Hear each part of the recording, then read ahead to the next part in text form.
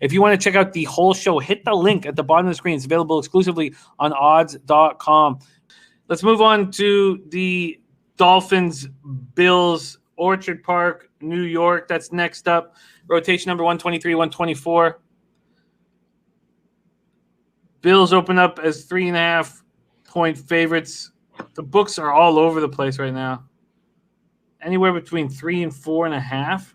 Is that real? That big of a difference? And there's a 1. The Bills are 1-point favorites at Bet365. They're 1-point favorites. A pick 'em at Sports Interaction. Thank you, MJ, my friend. Thank you. So that tells me that, well, let's break it down. 34 Fahrenheit, mostly cloudy, 8 miles per hour. Could there really be 4 points of difference? That just doesn't make any sense. Let's do a little line shopping here on odds.com and see if this is actually that big of a difference. I'd be shocked. Yeah, it's all down to 1 or 1.5. Those 4.5s are gone. Okay, 34 Fahrenheit, mostly cloudy, 8 miles per hour. Dolphins 10-5, 5-2 on the road. Bills 12-3, 6-1 at home. Dolphins coming off the big 26-25 win in Vegas. Tagovailoa 17-22 for 94 yards, 1 touchdown. Threw for an average of 4.3 yards. A completion through 3 quarters was pulled. Fitzmagic came in for the fourth quarter, saved the day, 9 of 13, 182 yards, 1 touchdown, 0 interceptions. Fitzpatrick led 3 scoring drives in the fourth quarter for Miami, with the final one. I mean, it was so wild. Raiders bypassed the gimme touchdown for the field goal. And I would love to see what the percentages were. Dolphins became the second team in the past 20 years to take over that deep in their own territory in the final 30 seconds when trailing and drive for the winning score. Green Bay did it to Detroit 5 years ago on that desperation pass. I'm sure we all remember, to Richard Rodgers. Dolphins can clinch a wildcard berth with a win next week at Buffalo. Fitzmagic hasn't made the playoffs in his 16-year career, but Tagovailoa is starting. Gaskin ran 14 times for 85 yards, caught 5 passes for 82 yards and 2 touchdowns. Jakeem Grant left in the second half with a high ankle sprain. He's listed as doubtful. Jakeem Grant won't be there. Linebacker Landon Roberts was taken off on a stretcher with a knee injury. He's listed as questionable. Defensive end Shaq Lawson, wide receiver Devontae Parker, guard Solomon Kinley are listed as questionable. I've got 34 Fahrenheit, mostly cloudy, 8 miles per hour. I mean, it's hard to know now, but the weather is saying that the snow will stop before the game starts. But I got to check the weather before you bet. What do you think of these Dolphins here playing the Bills when the Bills don't have much to play for? Yeah, the Bills can't move up or down right now, can they? I'm going to double check on that right now, but I believe that there's – here we go. Well, if the Steelers lose, or no, I mean if they want that number 2 seed, which I'm sure they do. I guess they're hoping the Steelers lose, because then they'll end up 13-3, and the Steelers will be 12-4. But those games are playing at the same time, are they not? Yes. Yeah. So I don't know. I think it's got to be Bills here, because the Bills want to lock up too. And if the Steelers aren't playing their starters, if Big Ben isn't playing,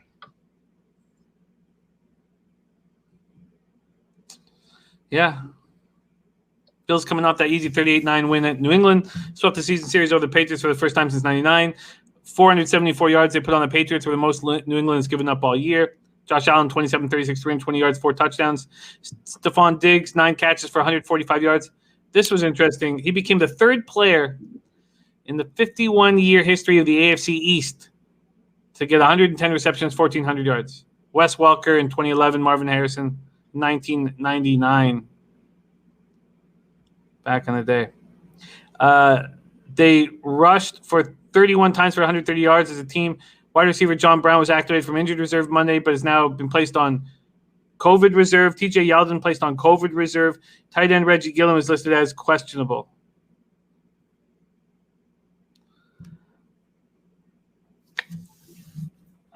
Yeah, this is Gerald Jones says Tua starting with with a short hook. This is something I don't want much to do with this game. Is there anything that interests you here? This total's dropped 3 points down to 44.5. I mean, I lean Bills, but again, if they don't have too much to play for, then how do you back them? But also, if Tua is starting, why is Tua still starting? Like, just let him sit. He shouldn't have seen the field this year. He should have just sat behind Fitzy all year, learn, get him ready for next year. Flores has done a lot of things right. I don't think he's done right by Tua because you've already yanked him twice already. That's bad for his rookie mentality. So, I don't know. I'm off it. I lean Bills. I want to take Bills here. I'm off it. Those are the 1 p.m. games. Dan Kelly says Steelers are resting their starters. Bills don't care about this game because they're playing for home field in the second playoff game. Because of COVID, home field doesn't matter. Intex wants to know what the odds are for the Bills to win the AFC. I'll tell you that right now. To win the AFC, the Bills are plus 450. I think the Ravens at plus 650 are the spot. If the Ravens played the Bills right now and the Ravens were like a 2 or 3 point dog, I'd be all over the Ravens. What would you do, Bezzy? What's that? If Bills and Ravens were playing in Buffalo for a spot in the conference final and the Bills were 2.5 or 3 point favorites, what bet would you make? I think I'd take the Bills. I just think hey, man, they have been lights out since they finally got that monkey off their back beating the Pats. And look, I was afraid to do it this week, but, you know, what I said was there one of two things is going to happen.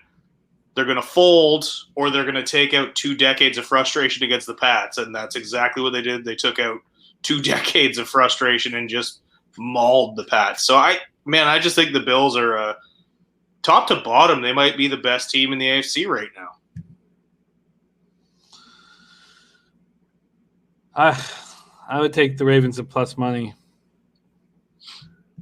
Gerald Jones says my line would be Bills minus 3. I think if you opened up that line, Bills minus 3, it'd be bet to 2.5. I think people would take the Ravens plus 3. Intex agreeing with you. Nuke Worker agreeing with you. A lot of guys agreeing with you. I would take the Ravens, and I'm a Bills fan. Okay. Prince. Prince talking about Kawhi being out tonight. That game was capped with Kawhi being doubtful and expected out. So I'm gonna have just a giant. I'm 7-2 in NBA so far to start the year. Small sample size. I'm gonna have a big night tonight. Okay, those are the 1 p.m. games. So let's just quickly go over them here. Lean towards the Cowboys, but we haven't pulled the trigger. And to be honest with you, I don't want them at the 2.5 was the place to get them. I think they win. Do you want to pull the trigger on the Cowboys? No, I do not.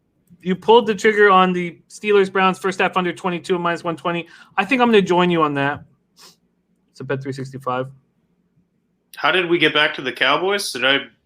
I'm just reviewing all the 1 p.m. games because we're done them now.